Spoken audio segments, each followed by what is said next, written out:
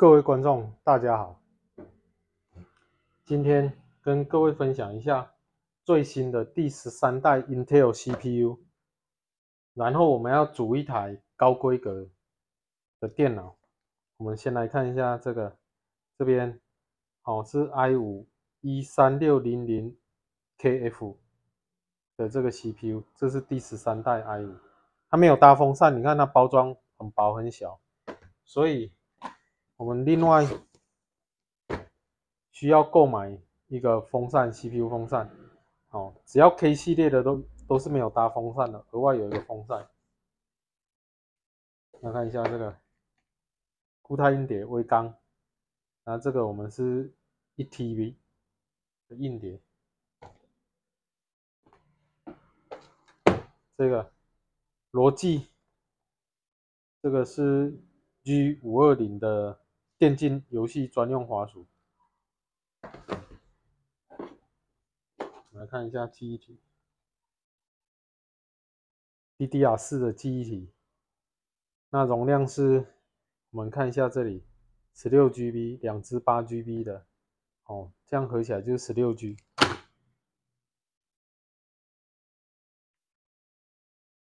这个是第二颗硬碟，美光的，容量是1TB， 也是 N.2 的。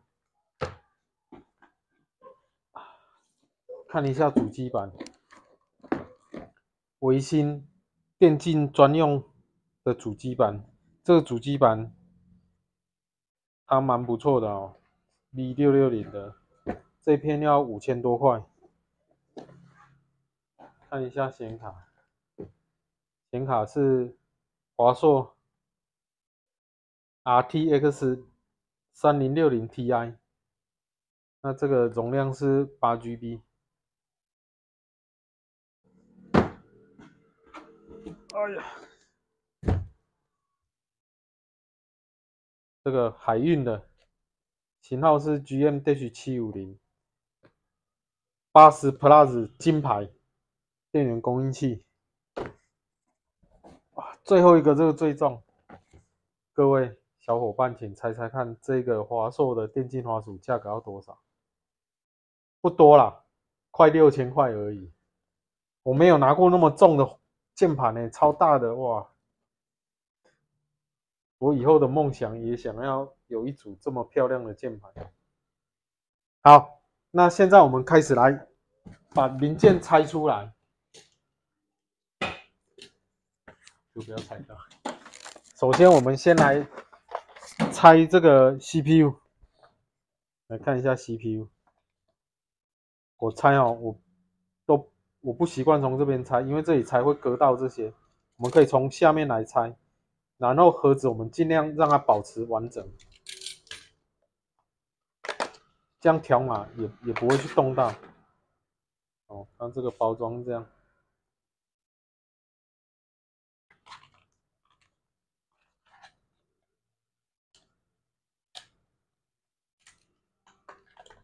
哇，这包装很紧啊。这是 OK。我发现 CPU 好像比较大呢，以前比较偏向是正方形，现在就看起来是比较长方形的。好，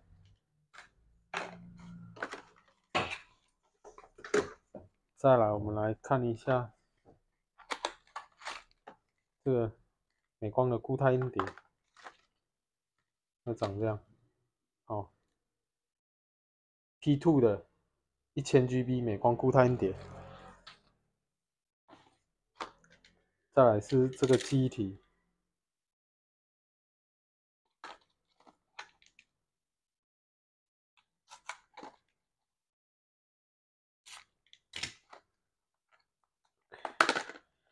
对，这超频专用的，所以它搭载了黑色的这个散热叶片，两边都有。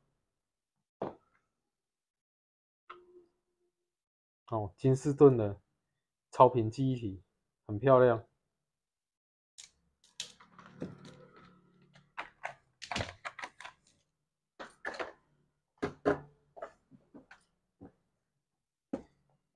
CPU 风扇，看一下，哇，这个很大，还好机壳也是很大，所以应该安装上应该是没有问题。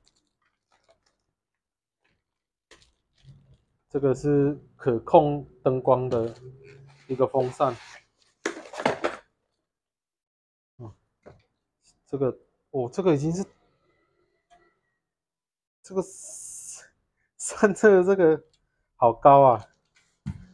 你再看一下，好，还有一盒配件包，这个你要安装这个 AMD 或者是其他的都可以。这配件包我们稍等再来装。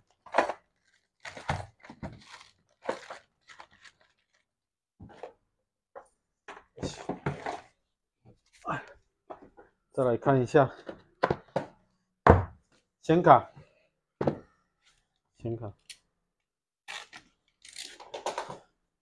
双风扇的显卡。OK， 看到这个盒子，这个字还是金色的。3060啊，现在价格已经降蛮多了，现在大概是13000就买得到了。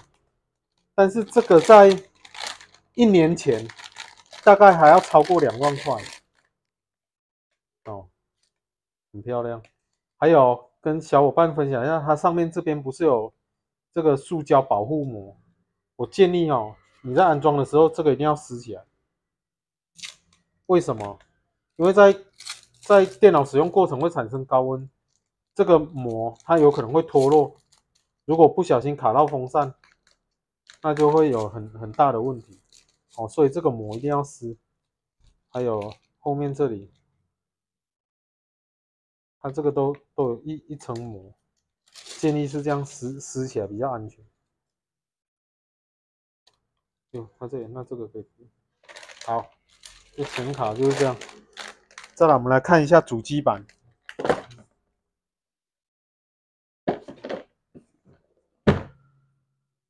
主机板，哇哦，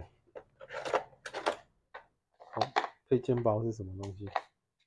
看一下。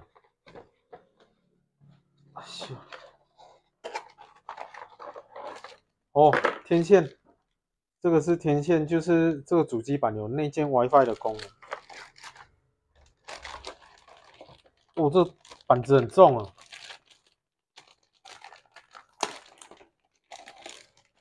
看一下，哇，我跟你讲，这个啊，它这个散热的效果做得很好。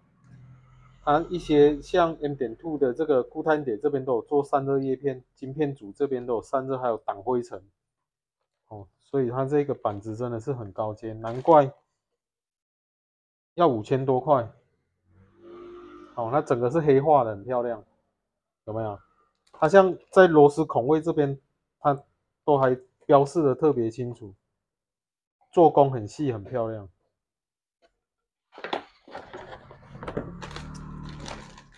再看一下这个下面，哦，下面还有蛮多配件的。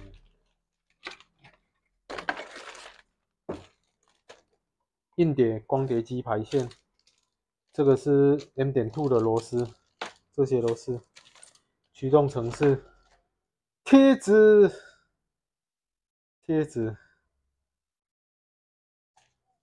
这边保固书。好，那这里就是这样了，这个就先这样。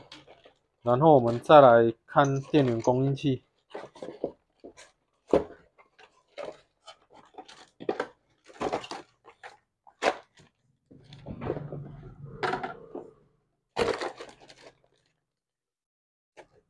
海运的电源供应器超重的，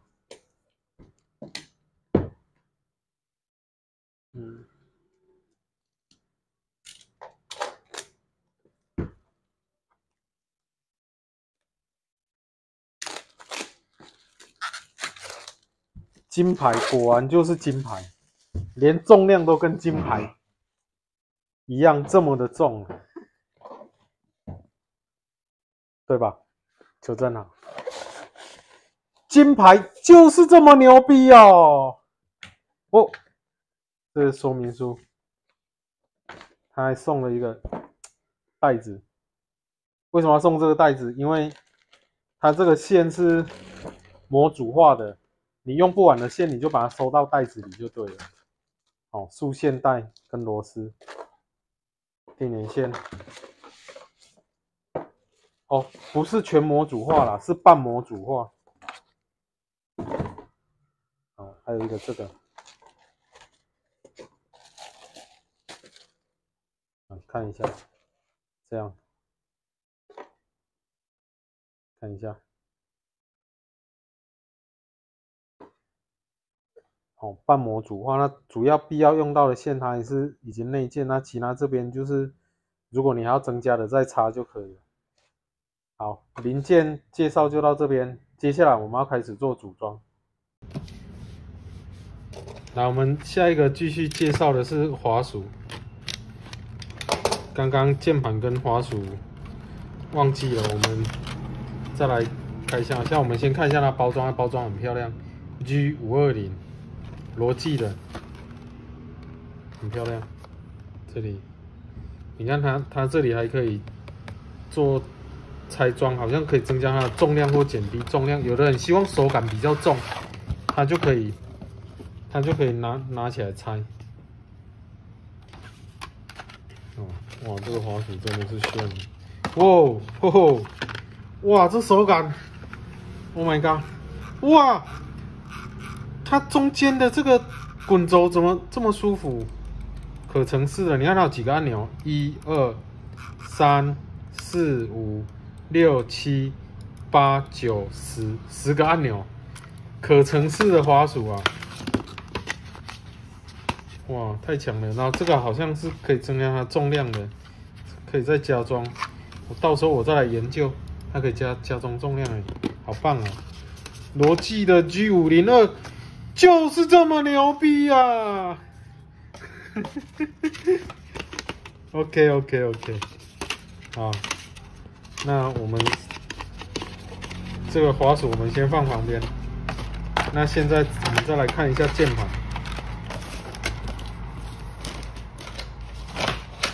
好，键盘这边。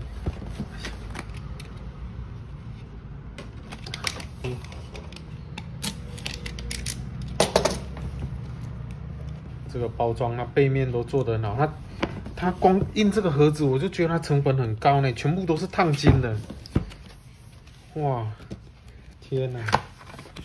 所以哦，我老实讲哦，我觉得现在产品都过度包装，因为这个包装是成本蛮高的，但是站在这个商业角度、商业行为，它就是要这样的包装。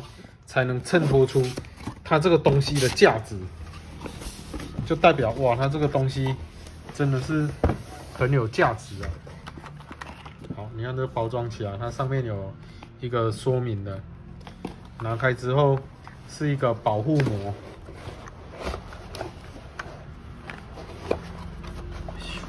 哇，它这个线也很粗呢！天哪！好，我们都先拿出来，这样，然后它下面还有一个，就是就是让你的手腕可以放置的，还有一个配件包。配件包就是一些说明类的。那我们先看一下这个键盘。哇塞，这个质感是怎么回事？各位观众啊，听听看啊！机械式键盘就是不一样。然后这里你看，我们来看这个地方，这个是类似一个像滑鼠中间的部分，我们可以从这边上页、下页，哦，或者是从这边去调整，跟滑鼠中间有同工异曲之妙。这边应该是变换灯光颜色的，哦，这你都可以去自定义它的功能。看一下后面。然后后面有2个，这个可以把它立起来。然后有没有发现这里有一个 USB， 也就是你可以帮你的手机充电，你可以从这边再接一个 USB 出来。然后它这个线很粗很粗，大概是一般键盘的3倍那么粗，然后有2个 USB， 所以你接着哦，它一个是给键盘供电，那另外一个就是给这个 USB 供电，可以帮你的手机或平板充电。然后这个护腕，我们来看一下，哇，这个质感，哇，好软，这应该是细胶的吧？细胶的，很软，所以我打字的时候我就可以这样，啊，好像把手放在云端里的感觉，完全感觉不到有任何的压力，非常的舒服。赞，好，那今天设备介绍到这边，等一下我们就进入到组装电脑的环节。刚刚键盘这边有一个小技巧，它这边不是有一个护网吗？那它这边的做法就是说，它这里你翻过来，这里有一个白色的这个横条，把它拆起来。拆起来之后呢，这个横条你把它它这边有磁吸的嘛，对吧？磁吸的，你把它反过来放在这个护腕里面，然后你护腕你再靠近这边，它就会自动磁吸上去了。然后你看，哦，它就会磁吸上去这样。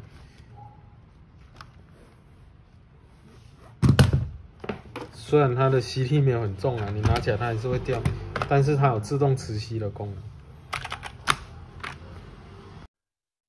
好，现在这个机壳是这个型号 H7FLOW 黑色的，那现在已经把它拆出来了。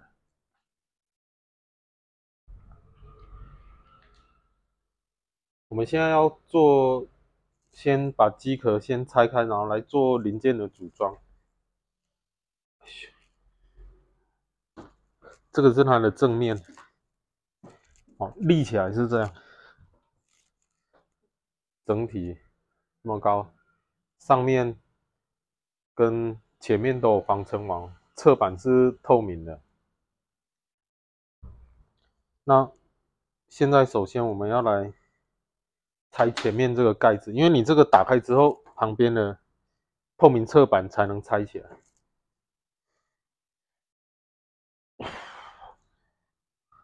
所以它下面这边有一个槽位，我们现在就是在这边把它打开。它这个新的机壳都很紧，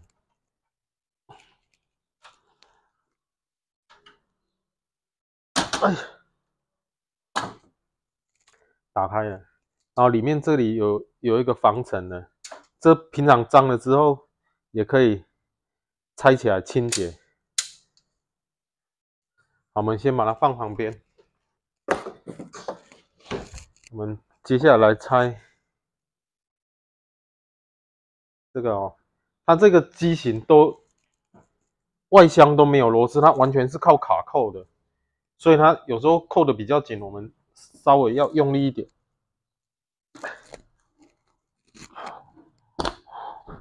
OK， 哇，这真的很紧哎。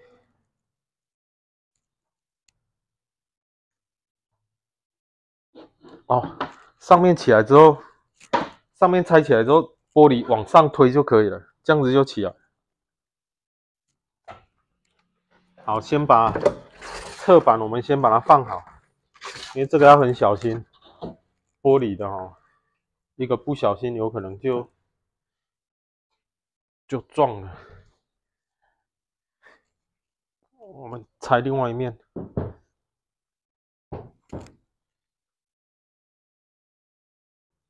这里你仔细看一下，它这里有一个凹槽，一样。这个在拆的时候就从这边哦，施加一点力量，先把它搬起来。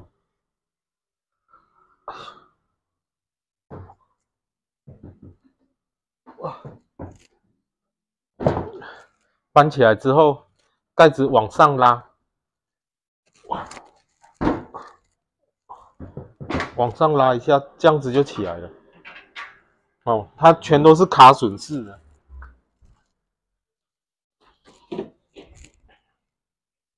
好，这个是后面的这个部分哦。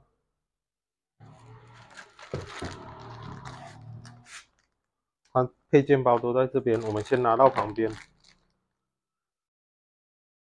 这个先把它解开。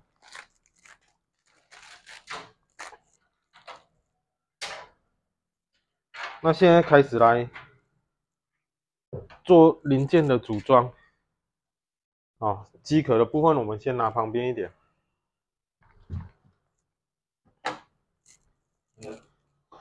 哦，先把主机板上来，然后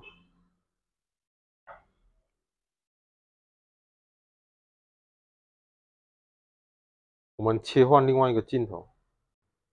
好，我们要先把这些零件先安装上来，包含了第13代 i5 的 CPU， 包含了这个 1TB 固态硬碟，然后这个机体，然后这个是 CPU 风扇，然后这是它的 RGB CPU 散热风扇跟它的一些配件。那这边我们一个一个来操作哦。我们先把这个固态硬碟先把它安装上去，在这边把它拆开。这两个应该都是可以装固态硬碟的，这是第一个，然后这里可以装第二个哦。第一个固态硬碟，第二个、第三个这样，所以可以装到3个固态硬碟。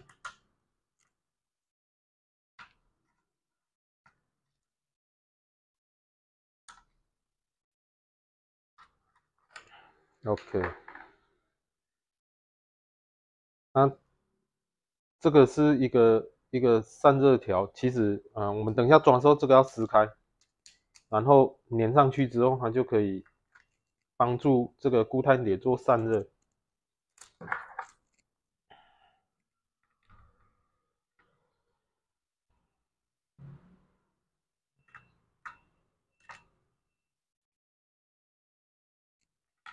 螺丝已经旋开了，然后把这个安装上去，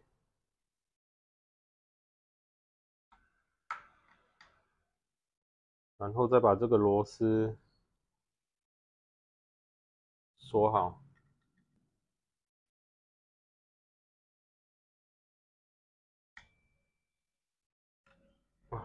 这个我换小一点。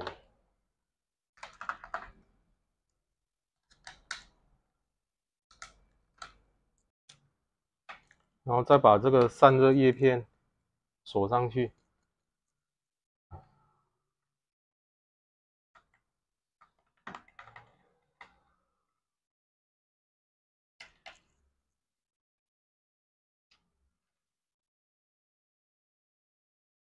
OK， 这样子就可以了。那接着我们来安装 CPU， 把这个脚座打开，安装这个 CPU 放上去。确定有放好，盖好，然后把这个卡榫给卡上。然后接着我们来安装风扇。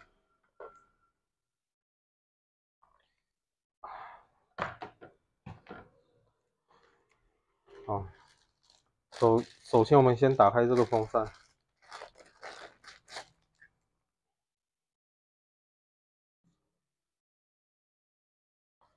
把这个旁边的线先理干净，是这样。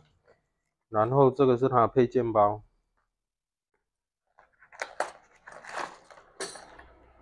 散热膏，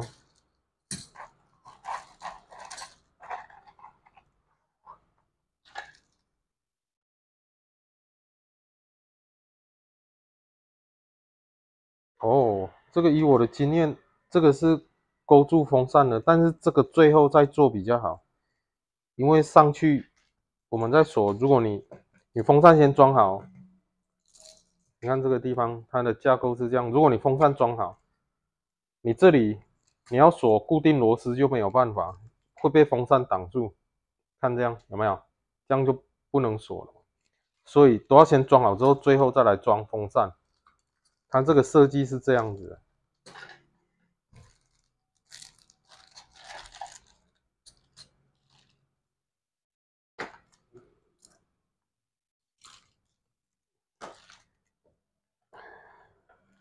那现在我们先把这个底座先把它安装上去。这个底座是安装在主机板下面，所以从下面这边装好，这样子就装好了。然后翻转过来，在上面这边我们再来安装其他的设备。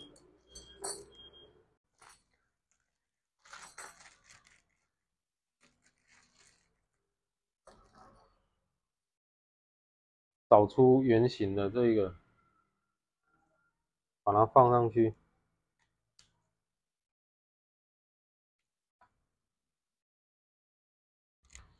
然后呢，再把这个放上来，应该是注意哦，它这个有一个突出物，这个是要朝。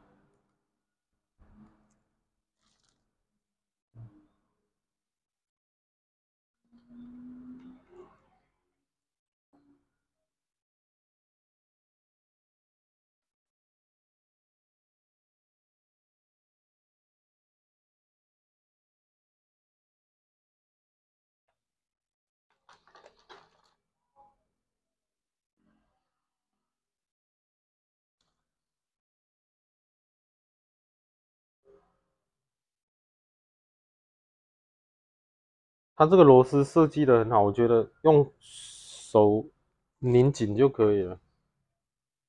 接着我们涂上散热膏，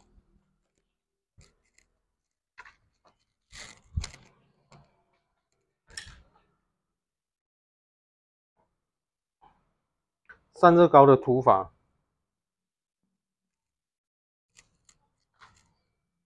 你可以用五点涂法哦，譬如说中间一点，这里一点，这里一点，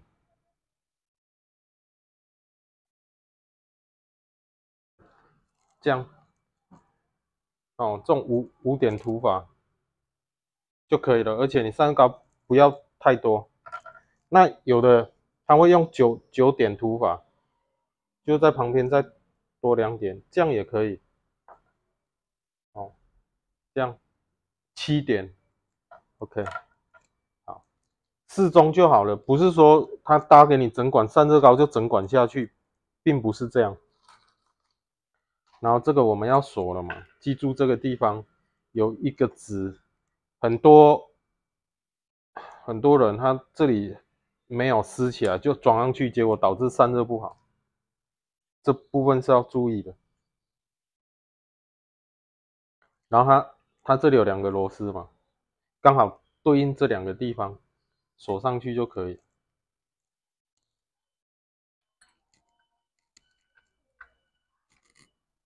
OK，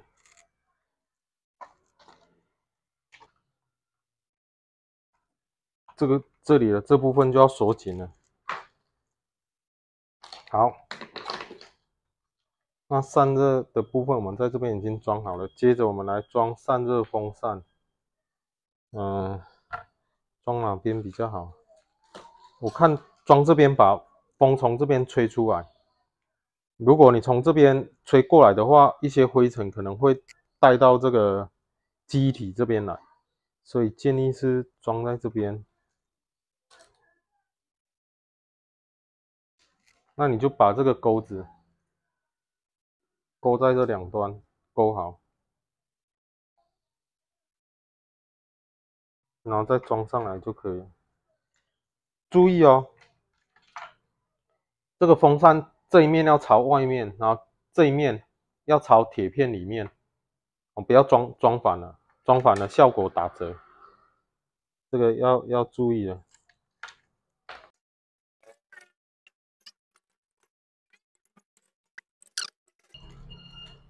两旁的地方注意一下，就扣在这个地方，它就紧了。好，你看一下这里，就是往后拉一点，然后扣在这个地方。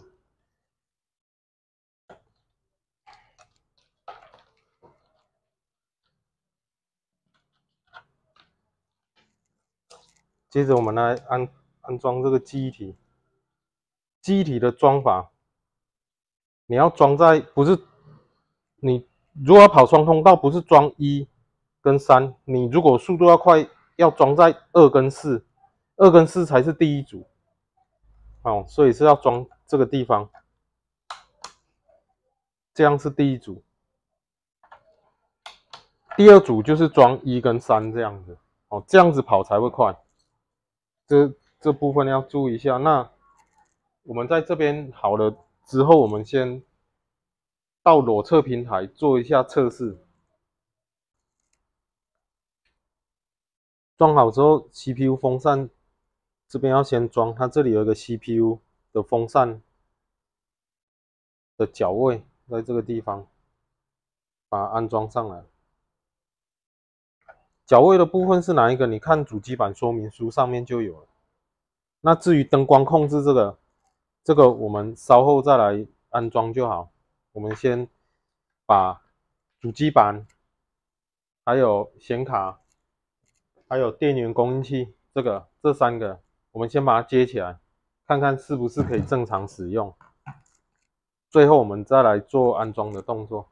好，现在我们已经摆上我们的一个测试平台，把显卡插上来，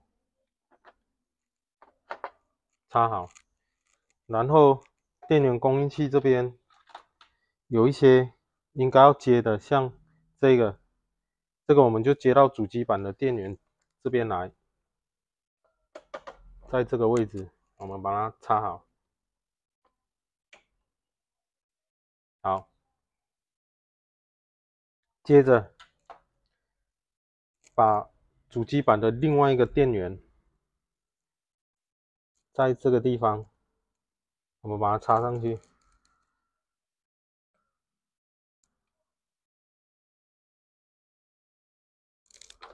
好，再来，我们要在显卡的这个地方，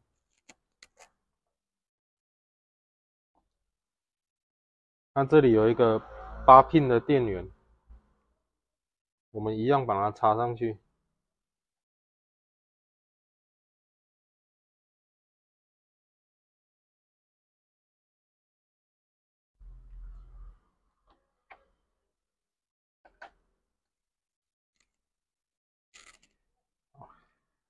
然后呢，我们把后面的线都把它接上。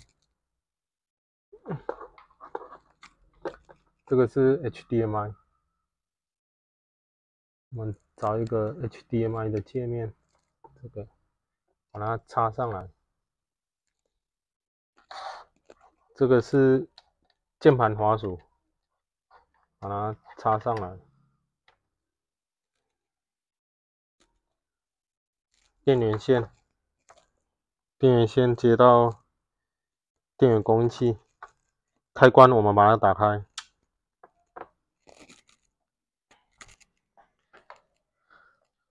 然后我们用这个开关，我们直接用手动的先把它启动点亮一下。OK， 开始转了。那我们看画面有没有正常？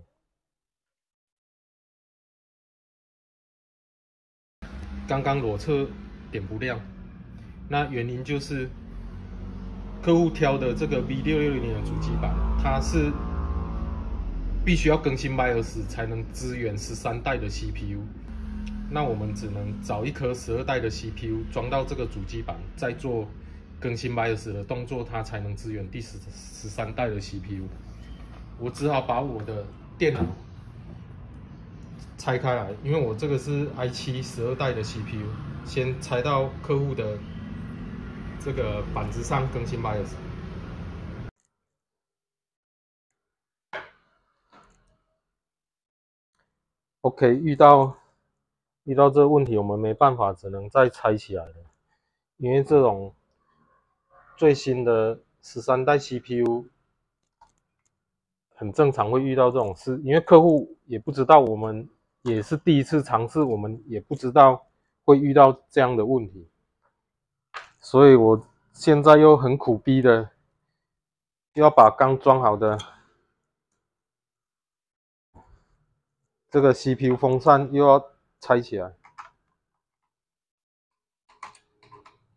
连这个下面的这个 CPU 做，哎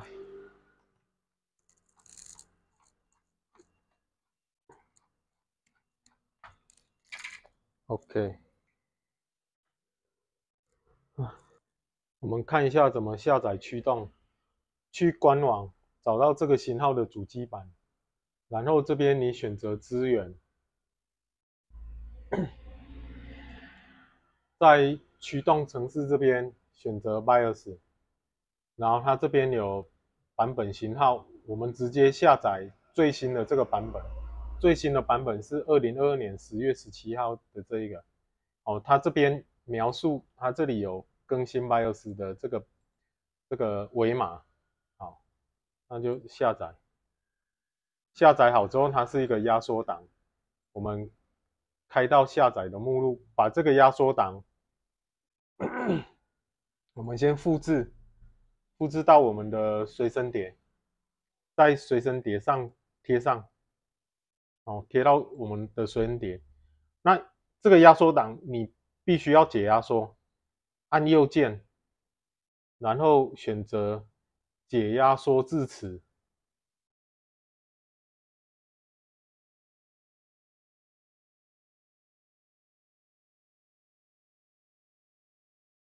好，解压缩好了。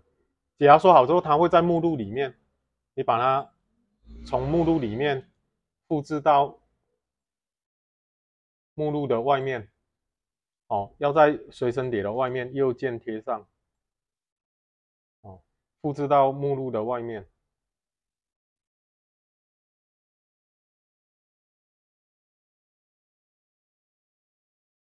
好，我们会看到这个。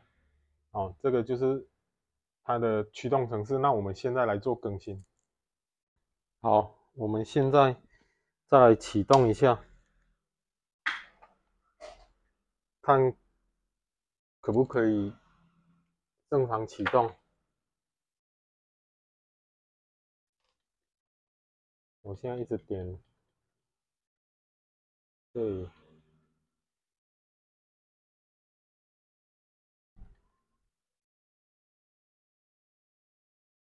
OK， 所以换上我第12代 CPU 它就可以开了。我们可以很清楚看到我的 CPU 是 i7 12700F。那我随身碟已经插到主机板后面了。我们现在要做 BIOS 的更新。哦，点到 BIOS 之后，这边选择这个选项进来，然后选4。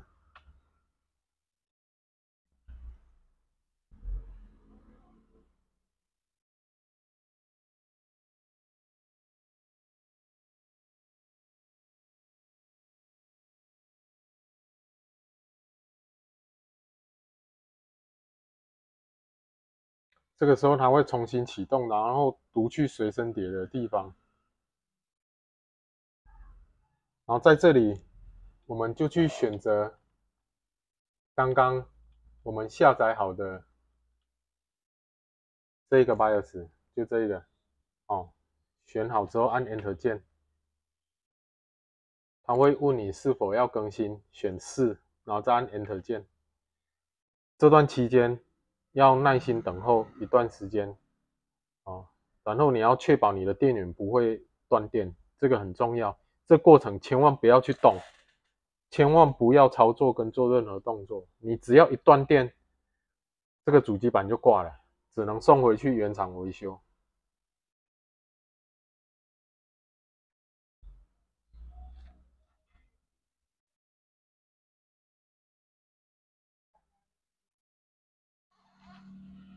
好，那目前这个版本号已经更新到最新了啊，后面这边291这个没错了。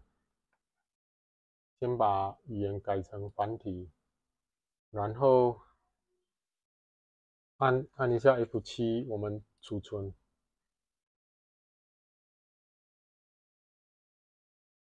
接着我们再把它换回原来的 CPU。所以各位小伙伴要注意，如果你是13代的 CPU，要搭12代的主机板的话，请购买的时候要先跟店家，请他先帮你更新 BIOS。更新完之后，你买回去自己安装，就不会出现这样的问题。好，那我们现在把这个我的 i7 再换回去客户的 i5 的 CPU。还好有遇到这样的问题，刚好就是我们有解决了。这也是一次很好的经验学习，至少以后再遇到这些问题的话，小伙伴就能知道要怎么处理了。但是前提之下，你还是要去跟店家借一个 CPU 来做升级，或者再把主机板带到店家，请店家帮你做升级就好。这种问题并不是主机板故障，它只是 BIOS 太旧没有办法支援而已。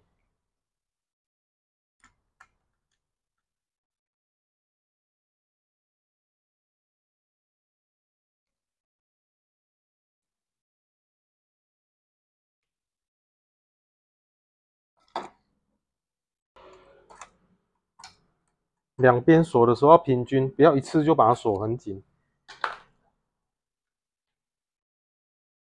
等另外一边也锁的差不多的时候，再两边再一起锁紧就好，这样散热膏比较会平均。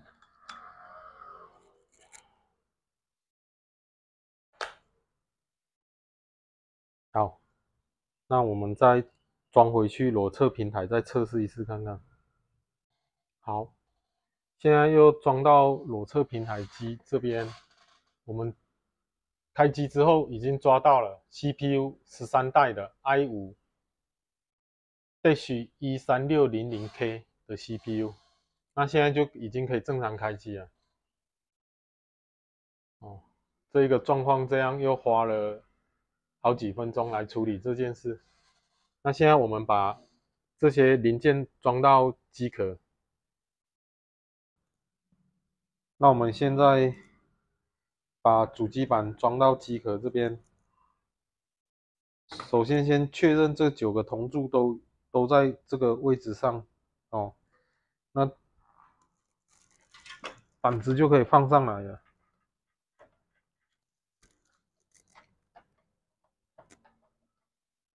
对齐，装好就可以。问题是不大。那中间这个它是一个卡榫，这样子就固定了。接着我们把螺丝锁一锁。这个有搭一个配件包。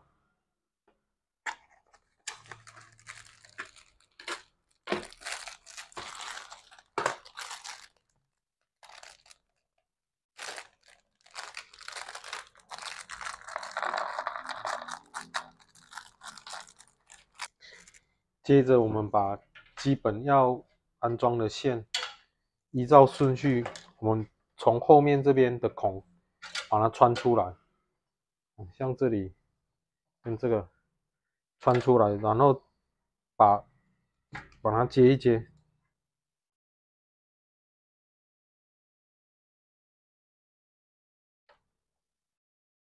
这个是 USB 4.0的界面。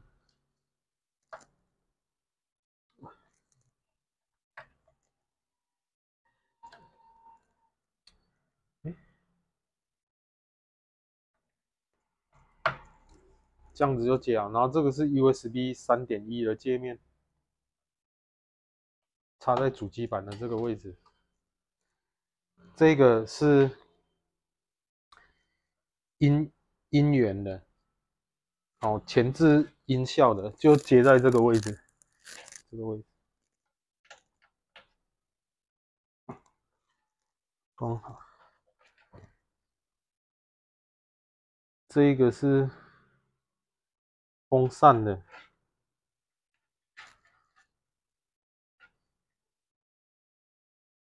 风扇的接在这个位置，暂时先这样。这里就是开关啊，跟一些重新启动的界面，接在这个位置。位置你可以看主机板的说明书，或者你去官网看。现在买主机板都已经没有说明书了，都只能从官网那边去找 PDF 的电子档。好，那目前这边就差不多了，我们现在来开始安装电源供应器。电源供应器的部分就是安装在这个地方。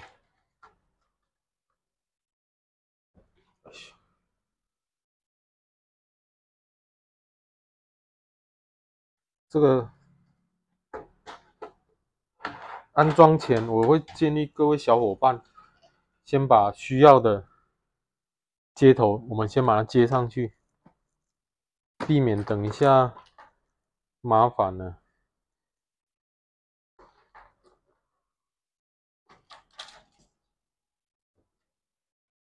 主要这个接头是要接的，因为这个 SATA 可能客户以后要再扩充硬碟的话就用得到，所以我们先帮他把这个线先接上去。然后你看一下，它这里有写 SATA 嘛，所以就插这个地方，这样子就可以了。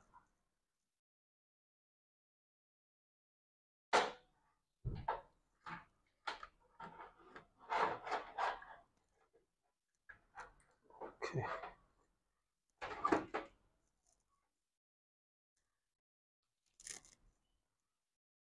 装好了，然后这个电源供应器的话，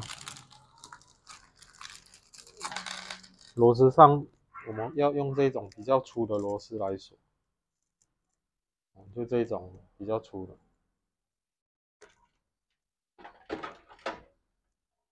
主机板的部分它是用比较细的螺丝锁，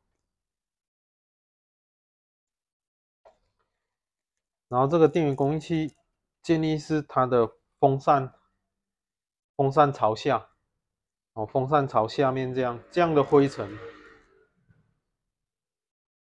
它就是从下面这边有个过滤网吸进来，它直接从后面排掉，不会经过机箱里面的空气循环，它是独立的。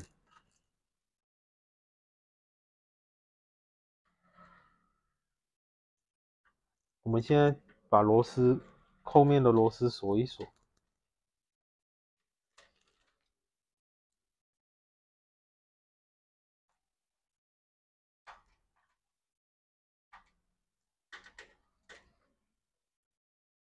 好，螺丝锁好了，接着把这些线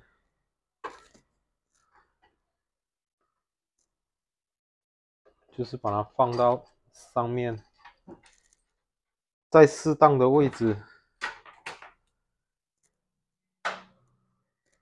这个是主机板的，所以这个要从这边拉到上面来。这边也有线，我们可以把它打开。这个有线槽，把这个线固定在这个线槽里面。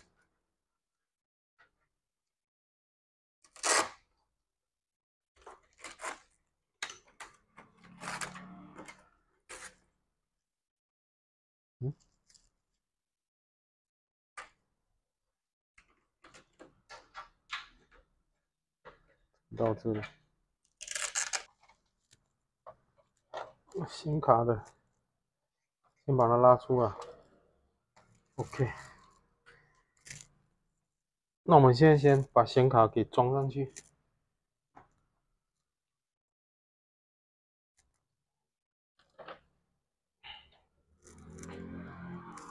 对好你要安装的位置，所以它这里有2个挡片，必须要先拆下来。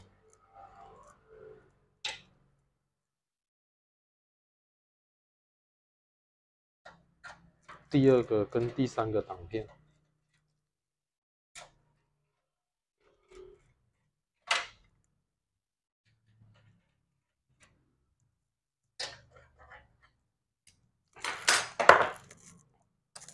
拆下来之后，显卡可以装上来。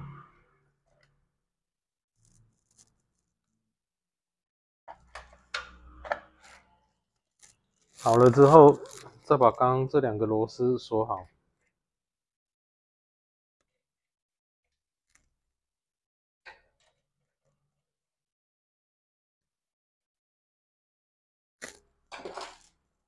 把显卡的电源接上。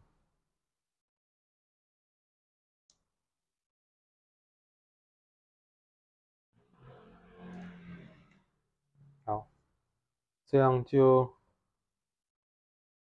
差不多了。接着先把后面的线路固定一下。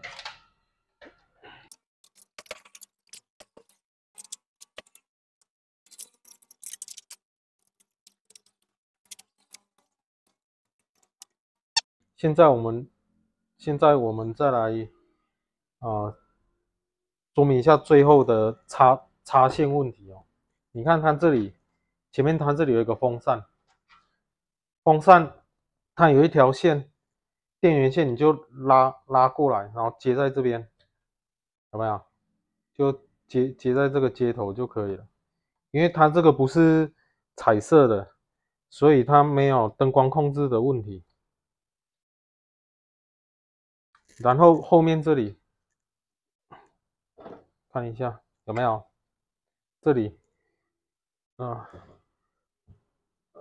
看不到，哎呦，这个地方这里有一个风扇，那这里有风扇，你就先从后面拉过来之后，然后就是接在这个地方，这里哦，这里。那至于这个 CPU 风扇，它是有灯光控制的，因为你看它这个是可以炫光的，所以它有3条线。第一条电源一样拉过来之后插在这个位置，这里它这边有写 CPU 风扇的电源供应哦，你就这样子插。然后第2条，它这里你看它这种线，它这里有个防呆装置嘛，你就找主机板这边跟它一样的，它一样中间有一个缺口，我们就照这个插。另外一边第2条线在这个，第3条线是在这个地方，很难拍得到。转一下，好，就是在这里，我们就拉到这个地方来，一样就是插在这个地方就可以了。这样子全部的线都接好了，我们现在就是开机把系统灌好之后，跟大家分享一下它的规格。哦，那线就是全部都是拉到后面去配好就可以了。它这个机壳有一个优点，我们看一下它背后这边，它这边背后全部都有魔鬼毡，看一下，有吧？哦，这些魔鬼毡，所以你线可以很容易的，就是全部都照这个槽位，然后用魔鬼毡把它直接带上就可以了，这样就很干净整齐。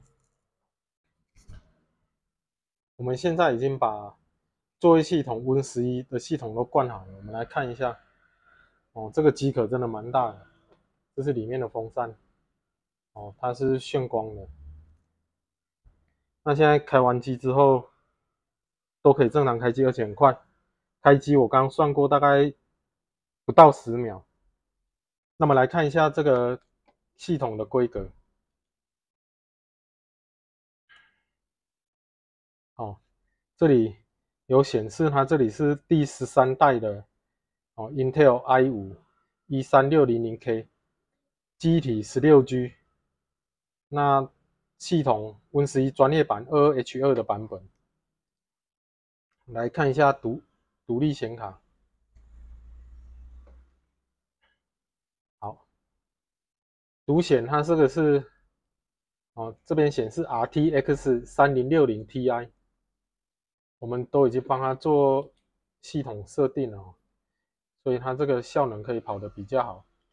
记忆体这边专用视讯记忆体是 8GB DDR6， 小伙伴可以在这边设定有一个管理 3D 设定，这边如果你希望你的显卡跑得比较快，三重缓冲这边要打开，它预设值是关的你把它打开，然后有一个垂直同步，这个把它关闭，这样可以让显卡的效能再增加15%到20%的速度大概是这样啊。其他的东西不要动到设定就可以了其他东西不要动到。好，那今天影片就到这边，喜欢的请点赞、订阅、关注，谢谢，再见。